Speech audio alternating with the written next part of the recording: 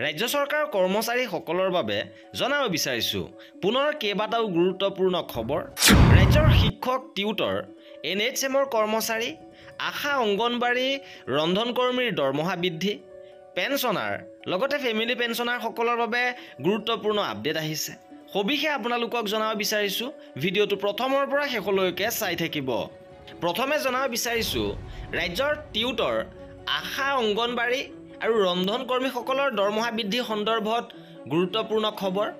ৰাজ্যৰ হাজাৰ হাজাৰ টিউটৰ লগতে আশা, অংগনবাড়ী, ৰন্ধনকৰ্মীসকলে অক্টোবৰত দৰমহা বৃদ্ধি পাব বুলি আশা কৰি আছিল।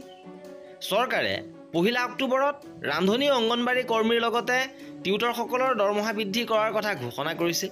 কিন্তু অক্টোবৰ মাহ ইতিমধ্যে পাৰ হৈছে আৰু নৱেম্বৰ মাহত সোমোৱাৰ পাছতো দৰমহা বৃদ্ধিৰ কোনো উমঘাম নোপোৱাত আশা কৰ্মী, ৰন্ধনকৰ্মী, অংগনবাড়ী কৰ্মীৰ লগতে টিউটৰসকল হতাশাত ভুগিছে। ৰাজ্য চৰকাৰে শিক্ষকৰ লগতে বিভিন্ন চৰকাৰী কৰ্মচাৰীৰ বাবে বহুকেইখন অভিলাষী আঁচনি গ্ৰহণ কৰাৰ লগতে মৰগীয়া বানজ বৃদ্ধি কৰিছে আৰু তেনে সময়ত ৰাজ্যত কৰ্মৰত হৈ থকা হাজাৰ হাজাৰ টিউটৰে কেৱল 360 টকা মজুৰিৰ বিনিময়ত এগৰাকী দায়িত্বশীল শিক্ষকৰ ভূমিকা পালন কৰি আহিছে।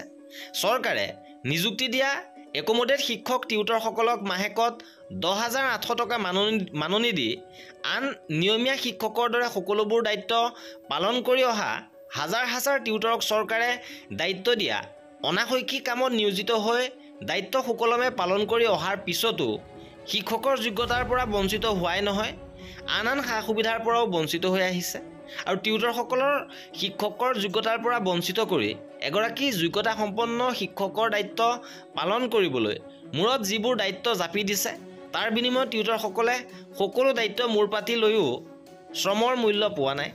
এতিয়া পুনৰ চৰকাৰে ঘোষণা কৰা অনুসৰি দৰমহা বৃদ্ধি নোপোৱাৰ ফলত এইসকল কৰ্মচাৰী হতাশাত ভুগিছে। ইপিনে NHMৰ কৰ্মচাৰীসকলৰ বিক্ষোভ।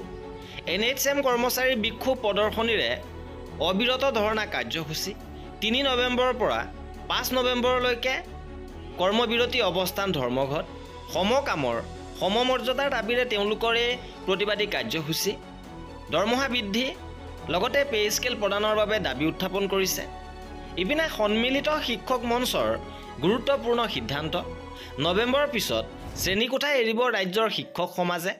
ৰাজ্যৰ শিক্ষক সমাজৰ বিভিন্ন সমস্যা সমাধানৰ বাবে সময়ে সময়ে চৰকাৰক অৱগত কৰি অহাৰ পাছতো কোনো ধৰণৰ ইতিবাচক পদক্ষেপ নোলোৱাৰ অভিযোগ উত্থাপন হৈছে। সদৌ অসম সন্মিলিত শিক্ষক মঞ্চই এই অভিযোগ কৰিছে।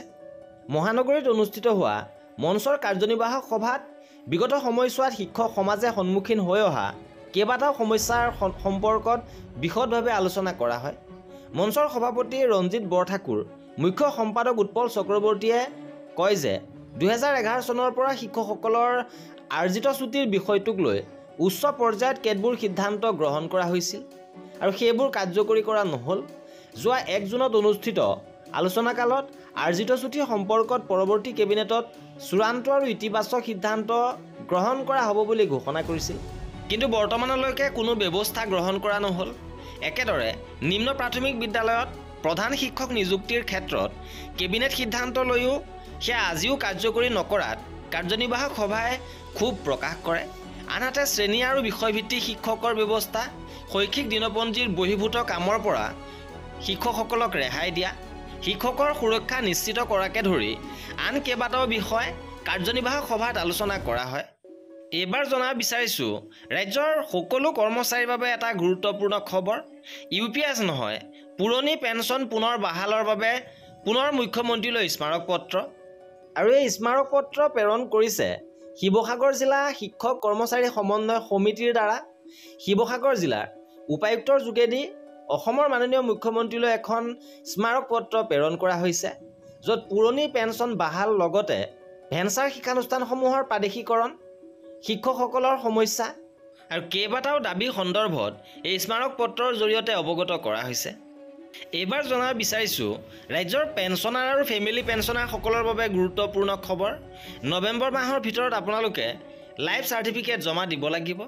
ইয়াৰ বাবে অনলাইন ডিজিটেলি আপোনালোকে লাইফ চাৰ্টিফিকেট এইবাৰ ছাবমিট কৰিব পাৰিব, য'ত আপোনালোকে জীৱন প্ৰমাণ এপ্লিকেশ্যন লগতে আধাৰ ফেচ আইডি মোবাইল এপটো ডাউনলোড কৰিব লাগিব।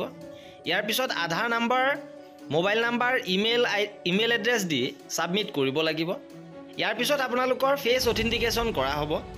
তাৰপাছত পেঞ্চনাৰসকলৰ তথ্যসমূহ দি নেক্সট অপশ্যনত ক্লিক কৰিব লাগিব। ইয়াৰ পিছত পুনৰ আপোনালোকৰ ফেচ অথেণ্টিকেশ্যন কৰা হ'ব আৰু ইয়াৰ পিছত ফাইনেল ছাবমিট দিব আৰু এনেদৰে আপোনালোকে অনলাইন মোডৰ জৰিয়তে আপোনালোকৰ লাইফ চাৰ্টিফিকেট দিব পাৰিব। আৰু এয়া আছিল আজিৰ ভিডিঅ'টোত কৰ্মচাৰী পেঞ্চনাৰৰ সকলো খবৰ পাই থাকিবৰ বাবে আমাৰ চেনেলটো ছাবস্ক্ৰাইব কৰি ৰাখিব। ভিডিঅ'টো শেষৰলৈকে চোৱাৰ বাবে বহুত ধন্যবাদ।